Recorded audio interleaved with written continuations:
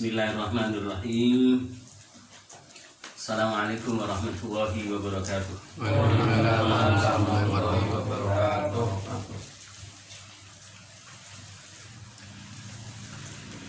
Alhamdulillahilladzi ja'ala hadhihi al-laila mawsimal khairat wa ja'ala lakum ma fis samawati wal ardi lil imarati wa zar'il hasanat.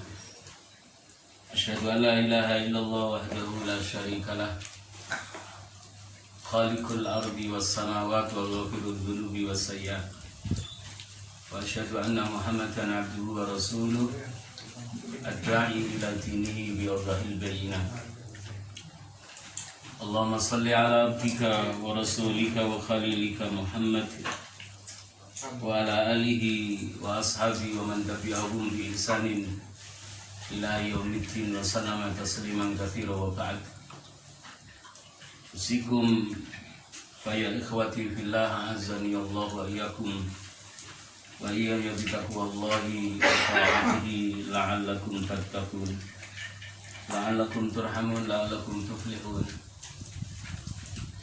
Yaqulullah rabbuna tabaraka wa ta'ala fi kitabil aziz. A'udzu billahi as-sami'il 'alim minasy syaithanir rajim. Ya ayyuhalladzina amanu taqullaha haqqa tuqatih wa la tamutunna illa wa antum muslimun. Wa qala tabaraka wa ta'ala fi ayatin ukhra, ya ayyuhan nasu taqu rabbakum alladzi khalaqakum min nafsin wahidah wa khalaqa minha zawjaha wa batha minhuma rijalan katsiran wa nisaa. Wattaqullaha alladzi tasaaluna bihi wal arham innallaha kana 'alaikum raqiba. Wa qala ta'ala fi ayatin ukhra, ya ayyuhalladzina amanu taqullaha wa qulu qawlan sadida yuslih lakum a'malakum wa yaghfir lakum dhunubakum wa may yuti'illaha wa rasulahu faqad faza fawzan 'azima. Ya ayyuhalladzina amanu taqullaha wa kunu ma'as sadiqin. Allahumma inna nas'aluka ilman nafi'a wa rizqan tayyiban wa amalan mutaqabbala wa anfa'na bima 'allamtana wa 'allimna ma yanfa'una wa zidna ilman warzuqna fahman wa amalan salihan. Allahumma musarrifal qulub sarrif qulubana ala ta'atika wa ala ta'ati rasulik. فإن أصدق الحديث كتاب الله وخير الهدى هدى نبينا محمد صلى الله عليه وسلم وإياكم ومحدثات الأمور فإن كل محدثة بدعة وكل بدعة ضلالة وكل ضلالة في النار. أما بعد, para ikhwah a'azzani Allah wa iyyakum. Alhamdulillah, segala puji bagi Allah Subhanahu wa taala. Kita bersyukur atas semua nikmat-nikmat yang Allah karuniakan kepada kita. Nikmat kesempatan dan nikmat kesehatan pada malam hari ini, sehingga kita bisa bertemu kembali di majelis yang insya Allah mulia di sisi Allah Subhanahu wa ta'ala. Majelis yang dapat kita jadikan sebagai wasilah kemuliaan diri kita. Mulia di dunia, mulia ketika kita melanjutkan kehidupan di alam kubur, mulia pada saat kita dibangkitkan, dan mulia pada saat kita dimintai pertanggungjawabannya oleh Allah Subhanahu wa ta'ala. Kemudian Allah memberi keselamatan kepada kita ketika kita menyeberangi jembatan yang Allah bentangkan, as-sirat, di tengah-tengah neraka jahanam, sehingga kita sampai di surganya Allah Subhanahu wa ta'ala. Ikhwati fillah a'azzani Allah wa iyyakum. Salawat dan salam marilah kita bersama-sama sampaikan untuk Nabi kita Muhammad sallallahu alaihi wasallam, keluarganya, para sahabatnya, para tabi'in, para tabi'in, dan mudah-mudahan juga Allah sampaikan untuk kita semua yang pada malam hari ini duduk bersama di rumahnya Pak Panani ini, duduk untuk mencari ridha Allah Subhanahu wa ta'ala. meningkatkan pemahaman kita tentang sunnah Nabi kita Muhammad sallallahu alaihi wasallam, memupuk keimanan kita kepada Allah Subhanahu wa taala dari pilar 1 sampai pilar 6. Iman yang menjadi landasan atas semua perkara dalam Islam, atas semua amal yang kita lakukan. Ikhwati fillah, azani Allah wa iyyakum. Pada malam hari ini kami akan menyampaikan tema wasayatu sab'in jami'atin minan nabi sallallahu alaihi wasallam li Abi Dzarrin radhiyallahu anhu. 7 wasiat Rasulullah SAW kepada sahabat yang beliau cintai, sahabat Abu Dzar Al-Ghifari radhiyallahu anhu, mudah-mudahan Allah meridainya. Seorang sahabat yang Rasulullah SAW pernah menyatakan kecintaannya, mahabbahnya kepadanya, Abu Dzar Al-Ghifari. Wasaya sab'in jami'atin, 7 wasiat yang sangat luar biasa ini, yang secara khusus Rasulullah SAW wasiatkan kepada Abu Dzar Al-Ghifari radhiyallahu anhu, diriwayatkan oleh Imam Ahmad rahimahullahu di dalam kitab musnadnya. Rasulullah sallallahu alaihi wasallam bersabda, An Abi Dzar radhiyallahu anhu qala amarani khalili sallallahu alaihi wasallam bisab'in. Diceritakan dari Abi Dzar, mudah-mudahan Allah meridainya, Rasulullah sallallahu alaihi wasallam berwasiat kepadaku 7 wasiat. Yang pertama, beliau memerintahkan aku bihubbil masakini wadunuwi minhum, memerintahkan aku mencintai orang-orang miskin dan selalu berdekatan dengan mereka.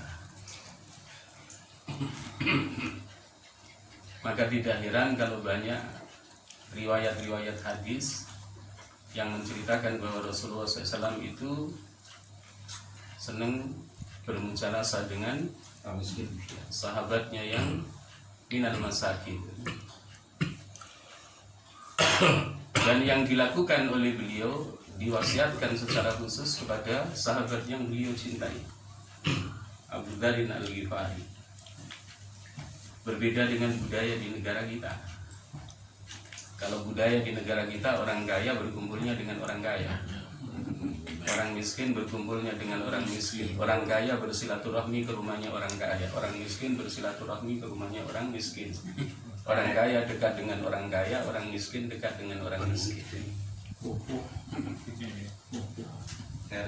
Jauh berbeda. Ikhwati fillah, azani Allah wa iyyakum. Dan kedekatan dengan saudara kita yang tidak mampu itu harus dibangun, harus dipupuk, karena itu bagian dari wasiat Nabi dan merupakan bagian dari ajaran Islam. Jadi hubbul masakin, mencintai orang miskin, menyayangi orang miskin adalah bagian dari mengamalkan sunnah. Oleh karenanya di dalam surah Al-Ma'un Allah Subhanahu wa taala menyindir orang yang tidak mau menyantuni, orang yang tidak membantu saudaranya yang berada di garis kemiskinan, maka dia termasuk pendusta agama. Orang yang menghargai anak yatim dan tidak mau membantu saudara-saudaranya yang tidak mampu, mereka adalah para pendusta agama. Ini ikhwati fillah, azani Allah wa iyyakum. Abu Dzar Al-Ghifari luar biasa. Sahabat yang asal mulanya kaya raya, memiliki harta kekayaan yang luar biasa. Tapi beliau dermawan dan beliau pun dekat dengan sahabat-sahabat yang tidak mampu, dekat dengan orang-orang miskin. Setiap sahabat setiap sahabat yang mendapatkan wasiat dari Nabi kita Muhammad sallallahu alaihi wa ala alihi wa ashabi, itu pasti akan dijaganya. Jadi wasiat yang diberikan kepadanya akan dijaganya dan diamalkannya, tidak pernah ditinggalkan. Ikhwati fillah, a'azzani Allah wa iyyakum. Kemudian wasiat yang kedua, wa amarani an anzura ila man huwa duni wala anzura ila man huwa fawqi. Aku diperintahkan oleh kekasihku Nabiku Muhammad sallallahu alaihi wasallam untuk melihat orang yang ada di bawahku, dan aku dilarang melihat orang yang ada di atasku. Biasanya kebanyakan di antara kita, di saat kita menerima nikmat dari Allah Subhanahu wa taala, kita melihat orang yang diberi nikmat lebih banyak dari kita. Kita lebih banyak melihat ke atas daripada melihat ke bawah. Maka syukur di dalam hati susah ditumbuhkan. Padahal ada hikmah besar mengapa Rasulullah SAW itu berwasiat kepada sahabat Abi Dzarin Al-Ghifari agar sahabat Abi Dzarin Al-Ghifari itu melihat dan memperhatikan orang yang ada di bawahnya dari status ekonominya, karena di sana akan membuahkan rasa syukur yang sempurna kepada Allah Subhanahu wa taala. Berbeda dengan ketika kita melihat orang yang ada di atas kita, maka akan menumbuhkan kedengkian. Kemudian hilangnya qanaah, menerima atas nikmat yang Allah bagi untuk diri kita. Padahal qanaah adalah merupakan bagian dari karakter yang ditetapkan, yang menjadi sifat dari orang-orang yang bertakwa kepada Allah Subhanahu wa taala. Seperti yang disampaikan oleh sahabat Ali bin Abi Thalib radhiyallahu anhu ketika memaknai tentang takwa. Al-qanaah itu menjadi bagian yang ketiga. At-taqwa al-khawfu minal jalil. Takwa itu adalah adanya rasa takut di dalam hati, di hatinya seorang mukmin yang telah beriman kepada Allah Subhanahu wa taala, kepada Allah yang Maha Agung. Ini karakter satu. Di dalam mendefinisikan takwa, sahabat Ali bin Abi Thalib bukan berarti menyelisihi yang Allah tetapkan di dalam Al-Quran, surah Al-Baqarah ayat 2 sampai ayat 5. Bukan berarti menyelisihi yang Allah jelaskan di dalam surah Al-Baqarah ayat 77. Dan bukan menyelisihi sebagaimana yang Allah jelaskan di dalam surah Al-Imran ayat 133 sampai 135. Akan tetapi definisi takwa yang di dalamnya ada 4 karakter bagi orang yang bertakwa kepada Allah Subhanahu wa taala, sebagaimana yang disampaikan oleh sahabat Ali bin Abi Thalib radhiyallahu an, adalah merupakan bagian dari karakter inti. Karakter inti orang yang bertakwa itu, kalau kita menganalog pada yang disampaikan oleh Syekhul Islam Ibnu Taimiyah rahimahullah taala, ada 3. Al-khawf, rasa takut di dalam hati. Kapan rasa takut itu ada di dalam hatinya orang mukmin yang bertakwa kepada Allah? Ketika ada keinginan dia bermaksiat, berbuat dosa kepada Allah, atau ada saudaranya, sahabatnya yang merayu dia untuk berbuat maksiat, maka keluar pernyataan kalimat yang sangat indah dari lisannya, inni akhafu, sesungguhnya aku takut kepada Allah Subhanahu wa ta'ala. Ini karakter satu, sama seperti yang didefinisikan oleh sahabat Ali bin Abi Thalib radhiyallahu an yang mengait dengan karakter satu, seperti yang disampaikan oleh Syekhul Islam Ibnu Taimiyah rahimahullah ta'ala. Karakter 2 adalah ar-raja'u. Rasa takut itu tidak boleh berlebihan di dalam hati. Kalau berlebihan nanti maka tidak ada harapan. Maka orang yang bertakwa itu harus memiliki sifat raja. Sifat raja adalah sifat berharap kepada Allah mendapatkan rahmatnya sebesar apapun dosa yang ia lakukan. Sehingga di dalam Al-Quran pun Allah mengingatkan kita, wala tayasu min rahillah, la taqnatu min rahmatillah, innallaha yaghfiru dzunuba jami'an. Janganlah kalian putus asa untuk mendapatkan rahmat Allah Subhanahu wa taala. Sesungguhnya Allah mengampuni semua dosa. Asal diakhiri dengan taubatan nasuha. Taubat yang betul-betul kepada Allah Subhanahu wa taala. Jadi ar-raja itu akan menghilangkan keputusasaan dari rasa takut yang menggelora di dada seorang mukmin. Ikhwati fillah azani Allah wa iyyakum. Ketika rasa khauf itu memenuhi dada kita di saat kita ingin bermaksiat kepada Allah Subhanahu wa taala, maka tidak akan jadi.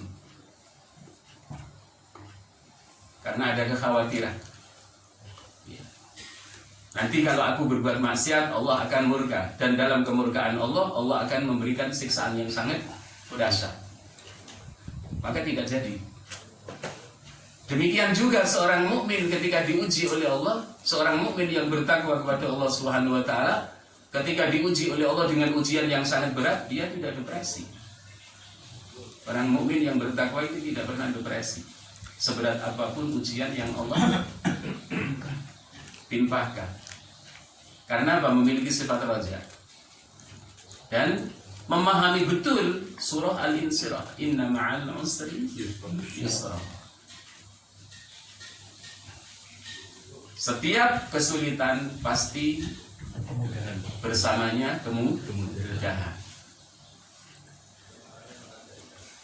Inilah pentingnya sifat raja. Dan yang ketiga adalah rasa mahabbah, rasa cinta kepada Allah Subhanahu wa taala. Cinta kepada Allah dan cinta kepada Rasulnya melebihi cintanya kepada selain keduanya. Kapan mahabbah itu harus kita miliki sebagai seorang mukmin yang bertakwa kepada Allah Subhanahu wa taala? Ketika kita melaksanakan perintah. Jadi saat kita melaksanakan perintahnya Allah itu harus ada rasa cinta. Maka perintah Allah yang kita laksanakan akan terasa nikmat di dalam hati. Di dalam hati. Jadi luar biasa 3 karakteristik ini yang disampaikan oleh Syekhul Islam Ibnu Taimiyah yang menjadi karakter urgen bagi seorang mukmin yang bertakwa kepada Allah Subhanahu wa taala.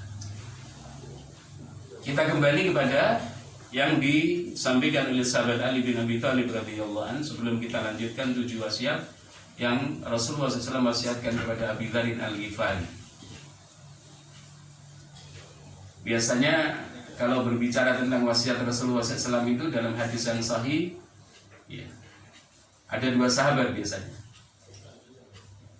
Sahabat Mu'adz bin Jabal radhiyallahu anhu termasuk juga Abu Dzar Al-Ghifari. Keduanya juga menerima 3 wasiat. Selain Abu Dzar Al-Ghifari ini menerima 7 wasiat dari Rasulullah sallallahu alaihi wa ala alihi wa ashabi. Ikhwati fillah a'azzani Allah wa iyyakum. Yang kedua wal amalu bitanzil. Orang yang bertakwa itu beramal berdasarkan yang Allah turunkan. Artinya amalnya itu mutaba'ah, berdasarkan ilmu, berdasarkan wahyu. Wal amalu bitanzil, beramal berdasarkan yang Allah turunkan, berdasarkan Al-Qur'an. Dan itba kepada Nabi kita Muhammad sallallahu alaihi wa ala alihi wa ashabi. Ikhwati fillah a'azzani Allah wa iyyakum. Orang yang beramal berdasarkan yang Allah turunkan, berdasarkan wahyu Al-Quran dan berdasarkan sunnah Nabi kita Muhammad sallallahu alaihi wasallam, ini secara ilmu sama. Yang membedakan adalah akhlasuhu. Seandainya amal kita ini sesuai sunnah semuanya, ada perintah di dalam Al-Quran, ya bukan seandainya, memang seluruh amal kita harus sesuai perintah. Jadi, dalam beramal, amal kita ini semuanya sesuai dengan perintah di dalam Al-Quran dan sesuai dengan yang dicontohkan oleh Rasulullah SAW. Di sana ada yang membedakan, pahalanya tidak mungkin sama. Karena kembali kepada wa innama likulli imri'in ma nawa. Bagi masing-masing individu akan mendapatkan apa yang ia niatkan. Maka berkaitan dengan wal amalu bitanzil, ini ada korelasinya dengan surah Al-Mulk ayat 2, ahsanu amala, yang dimaknai dan ditafsiri oleh Al-Imam Al-Qadhiyyah rahimahullahu ta'ala. Alladzi khalaqal mauta wal hayata liyabluwakum ayyukum ahsanu amala. Dia Allah yang menciptakan kehidupan dan kematian. Liyabluwakum, tujuannya adalah untuk menguji kita semua. Ayyukum ahsanu amala, siapa di antara kita yang paling baik amalnya. Bukan yang paling banyak amalnya. Ayyukum ahsanu amala, siapa di antara kalian yang paling baik amalnya. Allah tidak menggunakan kalimat ayyukum aktsaru amala, siapa di antara kalian yang paling banyak amalnya. Ahsanu amala itu lagu syarton, memiliki 2 syarat.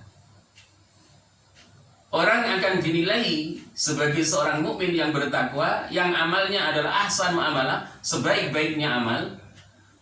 Ada 2 syarat yang harus dipenuhi. Aswabuhu. Aswabuhu itu apa? Amalnya paling benar. Amal yang paling benar adalah ada tuntunan, ada perintah dari Al-Quran, ada contoh. Syarat yang kedua adalah akhlasu, paling ikhlas. Nah, ini yang membedakan kualitas ibadah di antara kita. Sesuai dasar KB.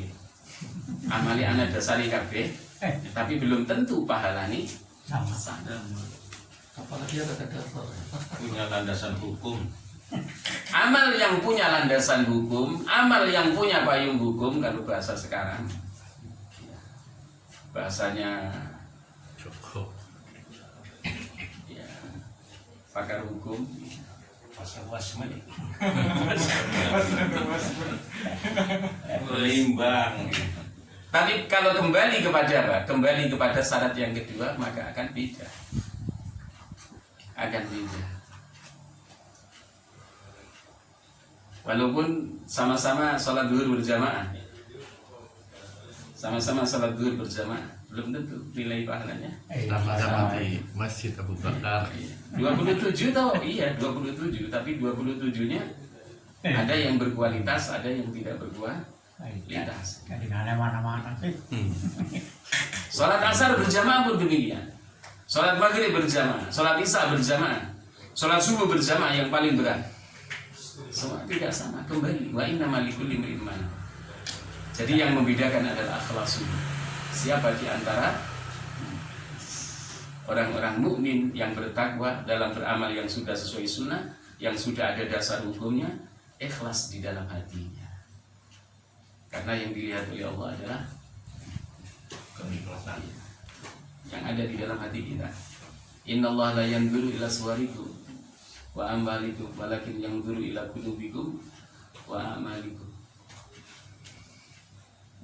Sesungguhnya Allah tidak melihat rupa kita, tampang kita, tidak dilihat sama Allah. Harta benda kita tidak dilihat sama Allah. Jabatan. Jabatan pensiun. Allah memberi dunia kepada kita, tapi dunia yang Allah berikan kepada kita, Allah tidak melihat dari sisi itu. Allah memberikan kenikmatan harta benda yang luar biasa yang Allah titipkan kepada kita, tapi Allah tidak melihat kita dari sisi itu. Tanda-tandanya apa? Eh? Tanda-tandanya apa itu? Misalnya tadi yang sekalipun jamaahnya sama-sama juga berbeda, Ya, cara-cara peribadatan. Iya, dalam hati masing-masing apa? iya. Jadi kembalinya kita bisa mengukur masih ada riaknya atau 100% ikhlas mengharap wajah Allah. Apa 25%, apa 50%, apa 75%. Dari situ Koreksi masing-masing. kita tidak tahu, yang tahu yang tahu Allah, dan Allah yang menilai. Tapi tetap Iya, dan kita tidak bisa menilai diri kita sendiri, tapi kita hanya berusaha seoptimal mungkin dalam melaksanakan amal yang sudah ada dasarnya itu, akhlas suhunya itu kita jaga. Suhu ikhlas. Ya. Setannya ganggu. Paling ikhlasnya hati kita itu kita jaga. Karena wa innamal likulli imri'in ma nawa. Tidak ada niat ya tidak ada pahala. Kembalinya adalah kualitas niat. Ya. Berbobotnya amal solih kita yang sudah ada landasan hukumnya, itu kita baru bisa lihat nanti pada saat ruh kita lepas. Lalu punya Aset akhirat, deposito akhirat, investasi akhirat cukup atau tidak? Kalau investasi dunia sudah bisa kita lihat hasilnya. Ngasap ya siang malam sudah bisa kita lihat 1 bulan gaji kita berapa. Dagang di pasar, laris, kalau laris dapat berapa, kalau tidak laris dapat berapa, kalau setengah laris dapat berapa, sudah bisa kita hitung. Bapaknya jengkel. Tapi amal solih nanti kita baru menyadari di saat kita dalam keadaan hadroh. Dalam keadaan hadroh, dalam keadaan mengalami proses sakaratil maut. Sakaratil maut. Yang nyata sudah tidak bisa kita lihat, tapi yang selama ini tidak bisa kita lihat, Allah perlihatkan di situ. lo kabarnya lo. Ini ikhwati fillah azani Allah wa iyyakum. Makanya ada yang pengen minta dipending dulu. Ketika mati. Minta dipending dulu. Urip namanya. Iya. Ansota Allah. Ada yang minta dipending, ada yang tidak minta dipending. Bahkan orang yang mendapatkan pahala syahid dalam membela agama Allah pun iya, pengen apa? Pengen berkali-kali mengalami syahid, tidak hanya 1 kali. Tapi tidak mungkin. Ikhwati fillah azani Allah wa iyyakum. Orang yang mengalami kematiannya kemudian dia minta dipending, minta kembali, itu kan ada 2 keadaan. Seperti yang Allah jelaskan di dalam surah Al-Mu'minun ayat 99 sampai ayat 100, sama ya, Al-Munafiqun ayat 10 apa ayat 9. Kalau yang ayat 9 masih husnul khotimah itu. Sudah beramal salih hanya belum optimal. Dari sisi pahala sedekahnya belum optimal, tapi sudah biasa sedekah. Merasa bahwa harta yang ditinggal lebih banyak daripada yang dibawa, kembali kepada Allah Subhanahu wa taala. Tapi kalau surah Al-Mu'minun ayat 99 sampai 100 itu nasibnya orang kafir. Surah Fatimah. Ya. Hatta idza jaa ahadakumul mautu qala rabbirji'uni la'alli a'malu salihan fima taraktu kalla innaha kalimatun huwa qailuha wa min wara'ihim barzakhun ila yaumi yub'atsun. Ini ikhwati fillah azani Allah wa iyyakum. Kita lanjutkan yang disampaikan oleh sahabat Ali bin Abi Thalib radhiyallahu an, dan yang ketiga adalah wal qana'atu bil qalil. Karakteristik orang yang bertakwa itu adalah memiliki qanaah, menerima, rasa menerima di dalam hati walaupun nikmat yang Allah berikan kepada kita itu sedikit. Jadi seorang mukmin itu tidak melihat banyak, sedikit, sedangnya sebuah nikmat yang Allah berikan kepadanya. Tapi melihat nikmat itu adalah bentuk kasih sayang Allah Subhanahu wa taala kepada dirinya sebagai bekal hidup untuk sementara. Sebagai bekal hidup untuk sementara. Karena nikmat dunia memang bekal hidup untuk sementara. Untuk sementara.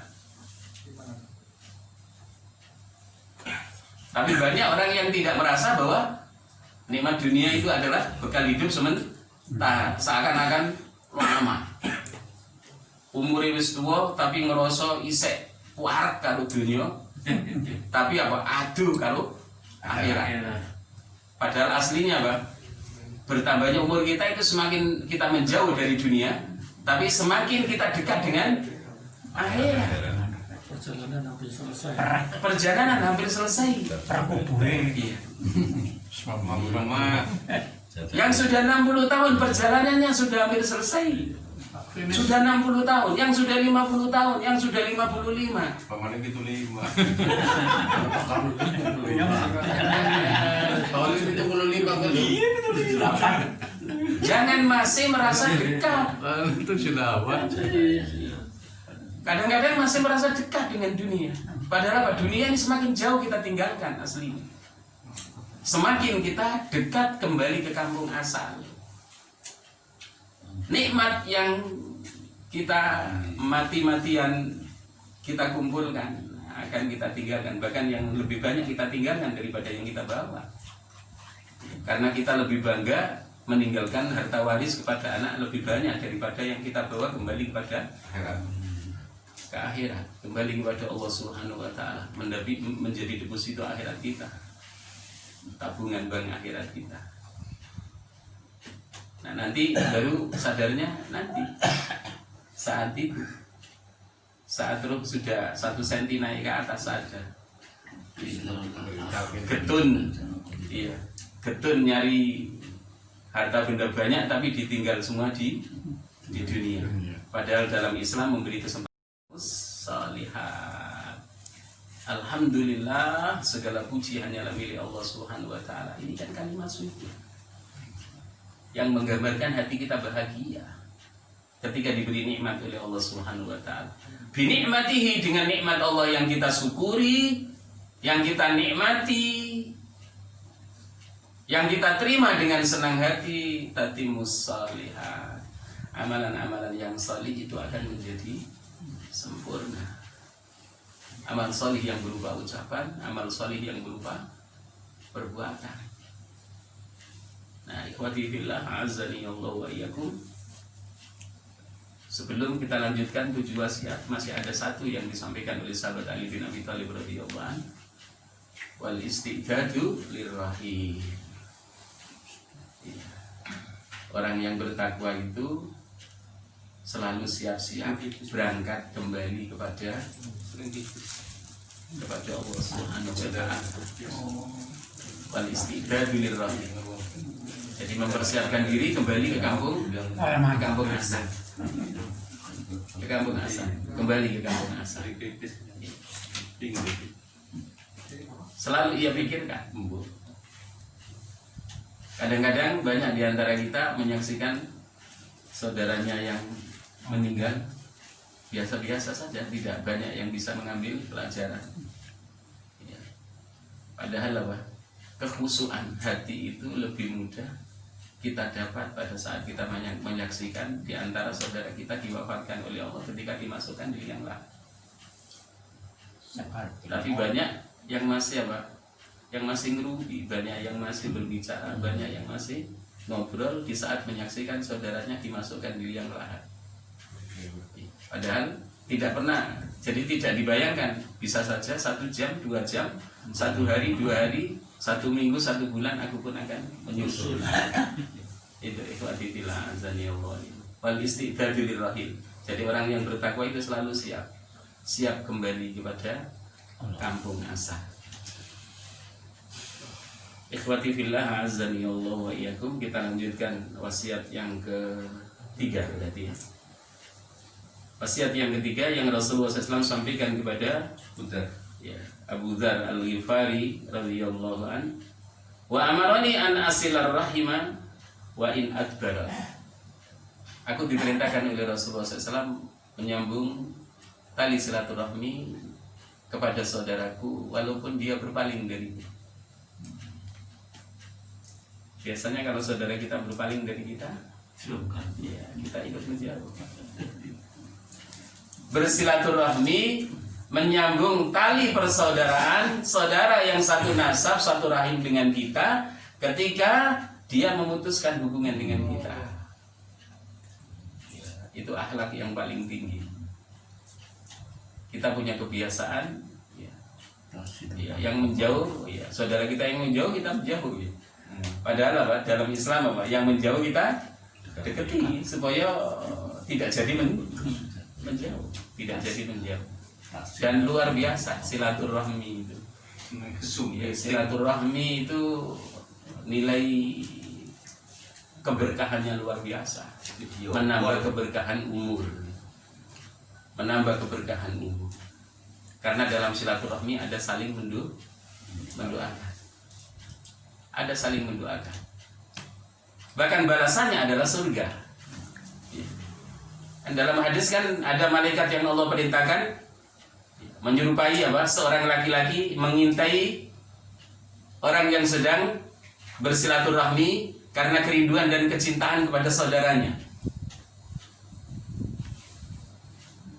Ini ikhwati fillah azani Allah wa iyyakum. Jadi luar biasa keutamaan silaturahmi. Hanya orang-orang mukmin yang bertakwa kepada Allah Subhanahu wa taala yang mampu menjaga tali silaturahmi. Dan alhamdulillah satu pekan sekali kita bisa berkumpul dengan saudara-saudara kita.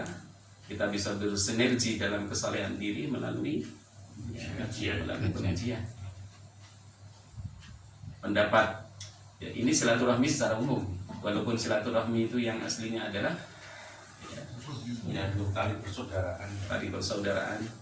Kan ada tali persaudaraan yang ikatan saudara, ada yang mengait dengan hanya sebatas ukhuwah.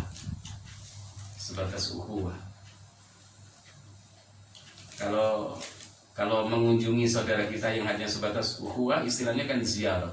Zurhibban tazdad hubban. Kunjungi saudaramu jarang-jarang saja supaya menambah kerinduan dan kecintaan di dalam hatimu kepadanya. Tapi kalau saudara yang ada kekerabatan, tidak ada batas. Saudara satu rahim itu tidak ada batas silaturahmi. Tapi kalau saudara sesama muslim, sunnahnya adalah jarang-jarang supaya tumbuh rasa rindu dan kecintaan di dalam hati kita. Ikhwati fillah, a'azzani Allah wa iyyakum. Wasiat yang keempat, Rasulullah sallallahu alaihi wasallam berpesan kepada Abi Dzar Al-Ghifari, wa amarani an la as'ala ahadan syai'an. Wa amarani an la as'ala ahadan syai'an. Rasulullah SAW memerintahkan aku agar aku menjaga untuk tidak meminta-minta sesuatu kepada orang lain,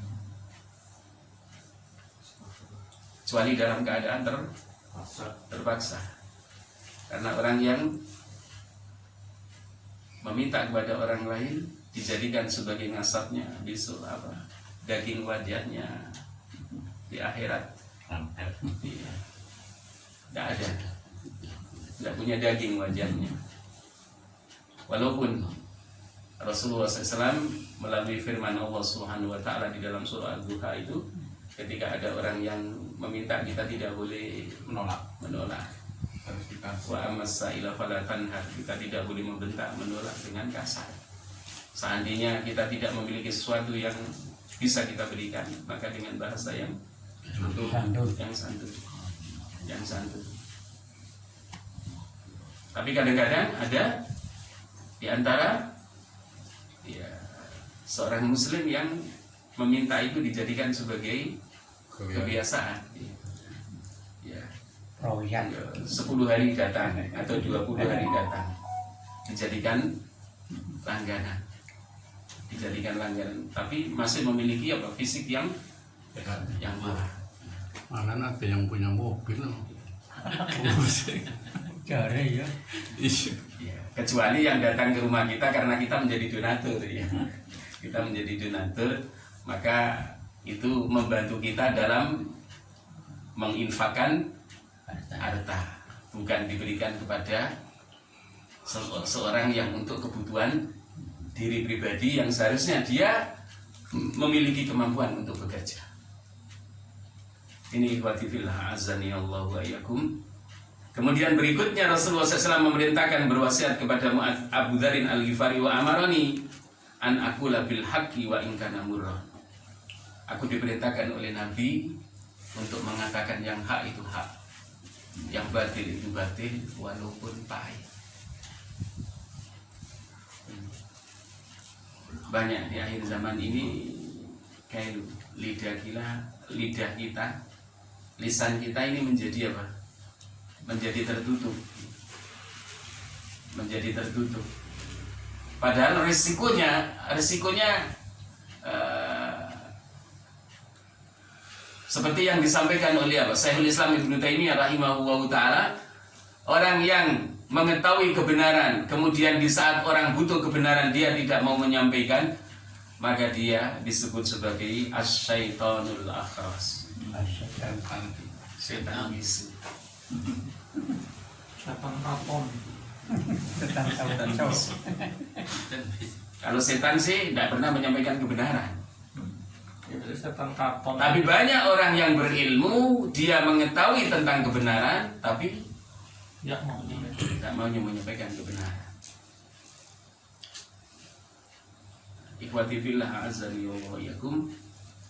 Padahal yang diwasiatkan oleh Rasulullah SAW kepada Abi Dzarin Al-Ghifari, qulil haq walau kana murra. Wa amaroni an aqulal haq walau kana murra.